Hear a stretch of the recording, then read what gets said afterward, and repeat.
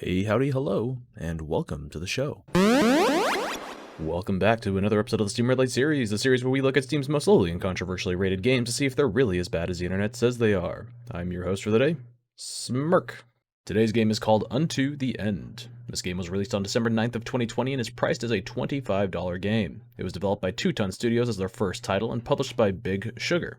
The game currently has 94 reviews in total, with 61% of those reviews being positive. Unto the End is a 2D platformer with a heavy focus on the world around your character.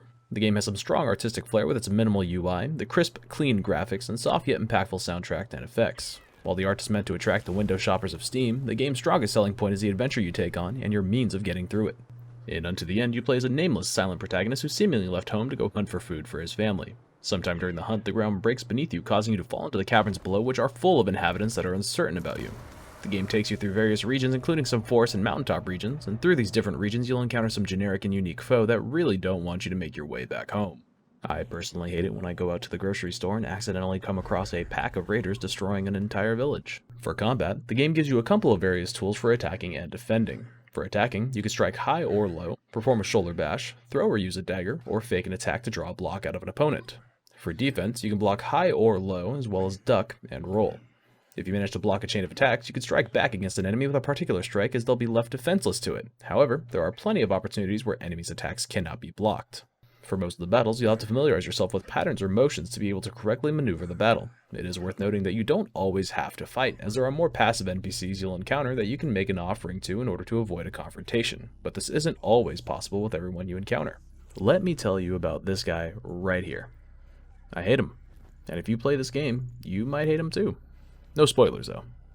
The combat in this game has a decent amount of details packed into it. Since there's no UI, you can only see how you're doing judging by the amount of blood on your character. If your character is critically wounded, your character may stop during a battle to try and withstand the pain, and if you're left in that state too long, it is possible that you will bleed out and die. You're able to heal with a healing potion that you can craft with resources you pick up during your trek, as well as consuming raw herbs to slow bleeding. Finally, you can heal without cost at the uncommon campfires that appear on this journey. Now, just as you can tell how injured you are by the blood on your character, the same tell exists for your enemies. Lastly, there is a potential for you to be disarmed by an attack in which you'll have to pick up your weapon, either by rolling over it while pressing the pickup button, or by simply just walking up and pressing the same button. Now earlier I mentioned campfires. These are considered bigger save points throughout the game. The game does serve itself in bite-sized sequences, with most autosaves taking place after you've won a battle if you haven't been mortally wounded. If you're mortally wounded and cannot heal before the next battle, there's a chance you'll have to play your last fight over again. After 30 minutes of dying, I finally beat this character, only to succumb to my injuries and spend another 10 minutes getting my ass kicked before beating them a second time. Here you can not only heal yourself and craft healing potions, but also practice your combat skills as you can test them in a sparring session against a recalled memory of your partner. In addition, you'll be able to craft, repair, and upgrade armor which will wear down and even downgrade as you get struck. Away from campfires, you can light torches which consume sticks and craft bone daggers in case you've thrown yours and can't seem to find it, even though it gets highlighted when you press its button again. I was successfully able to beat this game in about 4 hours without turning on assist mode, which is where it slows down combat a little bit so you have more time to react.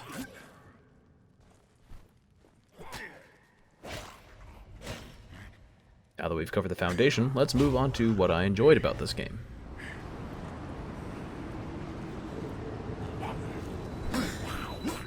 So the thing that I enjoyed the most about Unto the End was the art direction, both visually and audibly.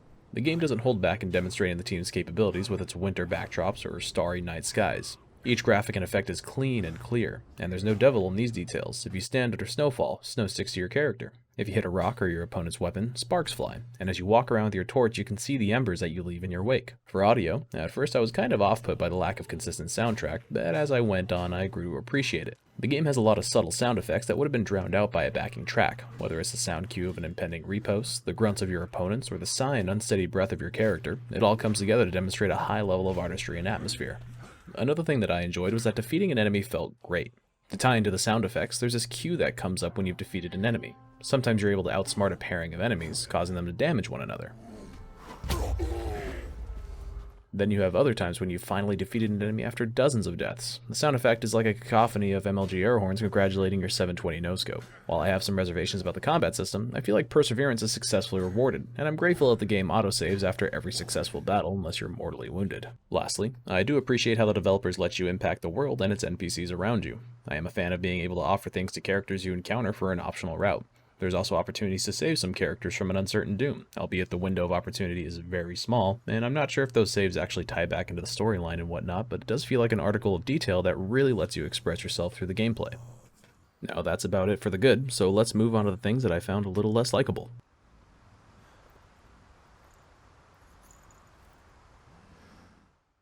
So I only have 2 topics to bring up, but they touch a lot of aspects of the game as collateral. To start with a shorter one, I wanted to talk about the knapsack, which is summonable with the select share button if you're on a controller, or I if you're on a keyboard and mouse. It could be that it's that I was playing on a PS4 controller with the DS4 Windows software, but my knapsack would stop opening for a good period of time.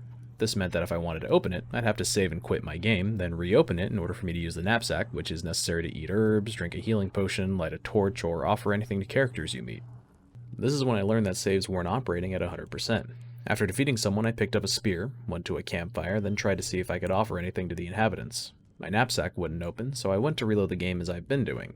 Once I came back, the NPCs were gone and the spear I picked up was missing. I'm not sure if I missed out on anything since I couldn't fix it without restarting the game entirely, but it was a pretty big problem for me since I had to reload the game constantly.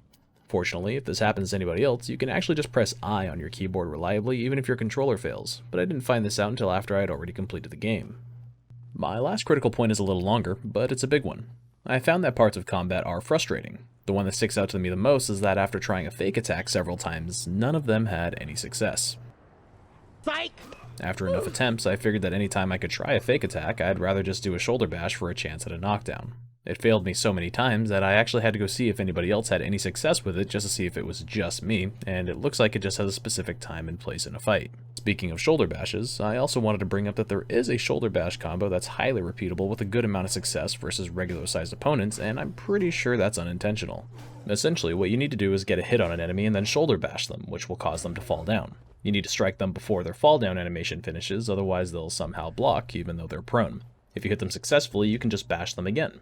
Sometimes the enemy will successfully block it anyway, especially if you bring them against a wall because that will cause it to fail 100% of the time. The shoulder bash combo allows you to cheese out a good amount of hits, and you'd have a free reset if you have your throwing dagger, so you can just run to the other side of the field and throw it at them as they approach and start again if they didn't successfully dodge it.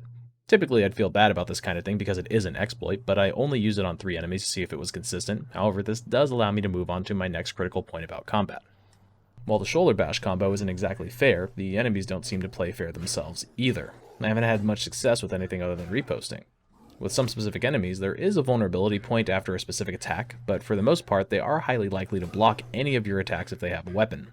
Throwing a mix-up seems hopeless because it's blocked pretty consistently, and having mix-ups fail to land makes combat feel unfair. After your opponents block 3 of your attacks, you get riposted by them. I mean, after all, it's only fair if you can do it to them, they can do it to you, right? While the AI does have readable patterns, they do something somewhat outside of their pattern scope. You see, not only do enemies block an overwhelming majority of your attacks, they also successfully dodge most shoulder bashes, one after the other, for no reason other than it seems like they're supposed to. Although, maybe it's better that way since the shoulder bash combo currently exists. Finally, if you happen to forget that you threw your dagger, your character will dumbfoundedly feel around for it for what feels like forever, and it feels like a death sentence.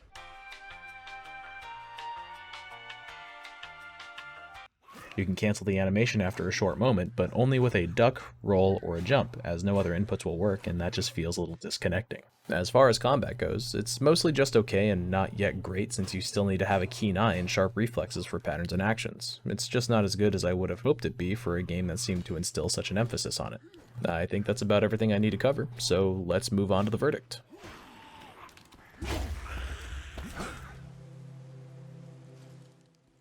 To recap this game's strengths, first off, the art direction, both visual and audible, is phenomenal.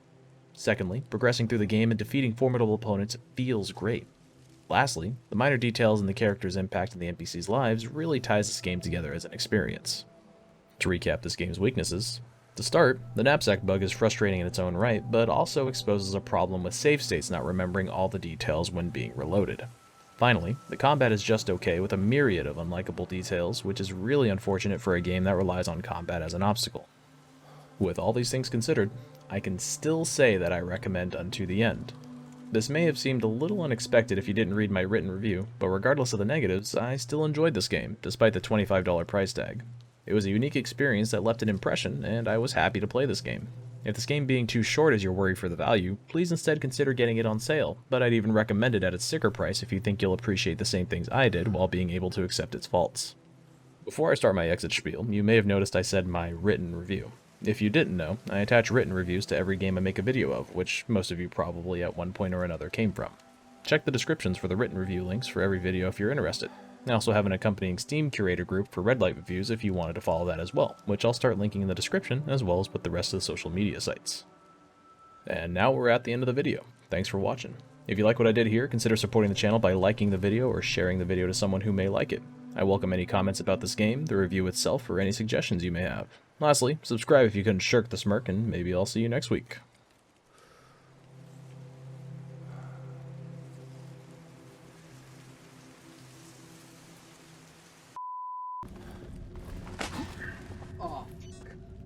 I can't believe you've done this.